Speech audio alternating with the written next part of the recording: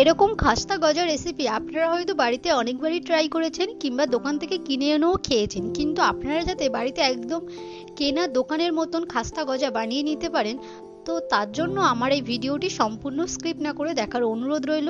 আমি আপনাদের মাপ সহ এবং সঠিক নিয়মে কিভাবে গজাটা আপনার বাড়িতে একদম দোকানের মতন পারফেক্টলি ভাবে বানিয়ে নিতে পারেন, তো সেই রেসিপিটি আমি আপনাদের সাথে শেয়ার করে নেব।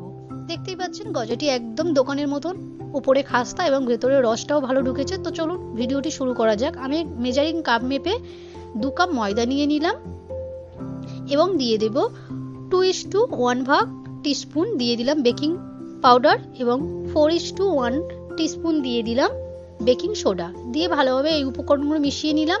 এবার আমি দিয়ে দেব 4:1 কাপ দিয়ে দিলাম ঘি, দিয়ে ঘিটাকে ভালোভাবে মিশিয়ে নিলাম।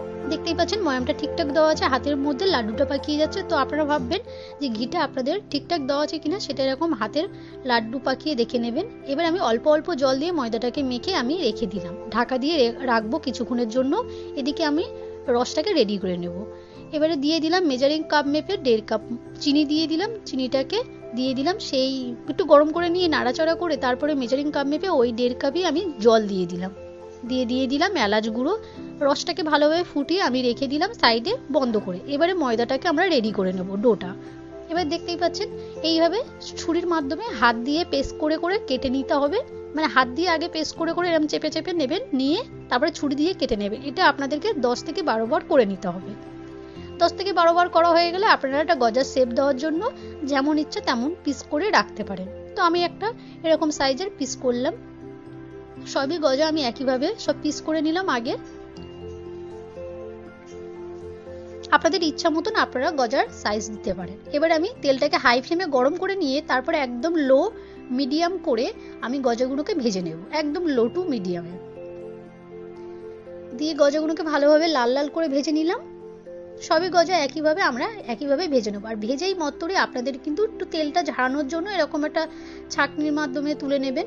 তুলে নিয়ে এবার আমরা যে রসটা আগে করে রেখেছি সেই রসের মধ্যে তুলেই মত্তরে কিন্তু আপনাদের দিয়ে দিতে হবে গরম অবস্থায়। পুরো গরম অবস্থায় আপনাদেরকে ডাইরেক্টলি ওই রসের মধ্যে ডুবিয়ে দিতে হবে।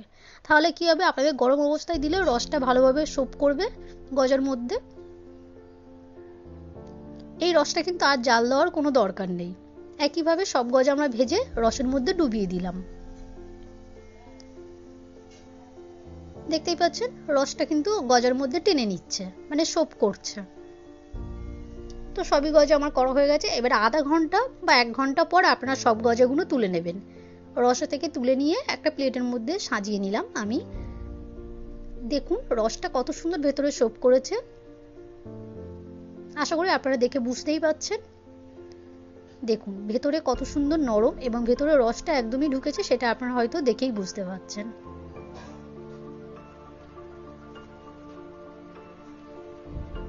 উপরটা কিন্তু খাস্তা মুচমুচে আছে, একদম দোকানের মতন। আপনারা এই প্রসেস ভাবে করলে একদম দোকানের মতন আপনারা বাড়িতে বানিয়ে নিতে পারেন খুবই সহজে। আমার এই রেসিপিটি যদি আপনাদের ভালো লেগে থাকে অবশ্যই আমার চ্যানেলটিকে সাবস্ক্রাইব করে চ্যানেলের পাশে থাকার জন্য অনুরোধ রইল। কেমন হলো অবশ্যই কমেন্ট করে জানাবেন। ভালো লাগলে অবশ্যই লাইক কমেন্ট শেয়ার করতে একদমই ভুলবেন না। আর একবার হলেও বাড়িতে ট্রাই করবেন এই প্রসেসে। আপনাদের মূল্যবান সময় দিয়ে আমার ভিডিওটি দেখার জন্য অসংখ্য ধন্যবাদ।